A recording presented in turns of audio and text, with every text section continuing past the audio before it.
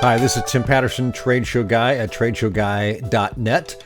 And a quick video this week on 10 reasons you might want to consider changing your exhibit house. You know, the company that designs and fabricates and perhaps stores your trade show exhibit. I'm not saying you should, I'm not saying you shouldn't, but there will come times when your relationship with them comes up to a kind of a bump in the road. And maybe one of those bumps means it's time to move on. Let's take a quick look. First of all, how about this? Your needs and goals have changed. For instance, it may be that you're working with an exhibit house that excels in smaller exhibits, such as inline modular booths, but you're looking for something very, very custom, and they just don't do that very often. That might be one example.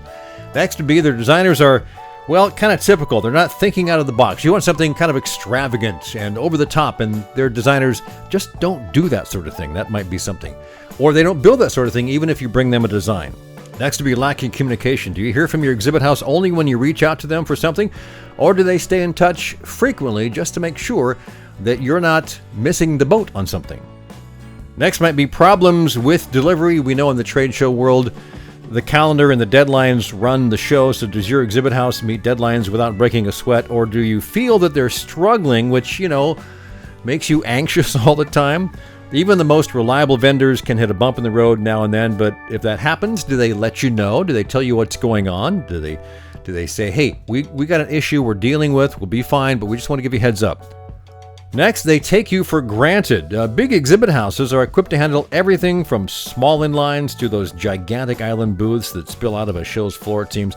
If you're one of their smaller customers, it might be they just assume you're well taken care of without really checking. Back to the communication issue. Next is poor service. If a company really wants and values your business, you'll see it in their service. You know, there shouldn't be errors in invoices, a lack of attention to detail, slow response time to email, things like that. The person that handled your account has moved on. The new person maybe just doesn't really get you. It may mean you have to work hard to get to know them better, but as the account manager, that falls kind of more on them than it does on you. But if they're not handling that, maybe it is time to consider somebody else. And of course, a personality clash. It could be anything over, religion, politics. They're just rude and you're not that kind of person. Could mean it's time to move on or deal with someone else at the company. Pricing. Not only what is the price, but what are you getting for the money? Some vendors are great at providing a basic service at a good price.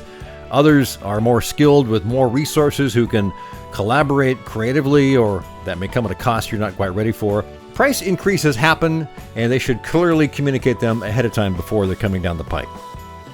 And finally, culture. May not be that big of a deal if you're not actually working for a company and you're not interacting with their culture all that much, but sometimes a company's culture, affects your company's culture. And if there's kind of a clash on that, again, back to communication, back to personality, but culture might be a big reason that you are ready to move on. There are a lot of reasons that companies are not a good fit, and it's time to change an exhibit house.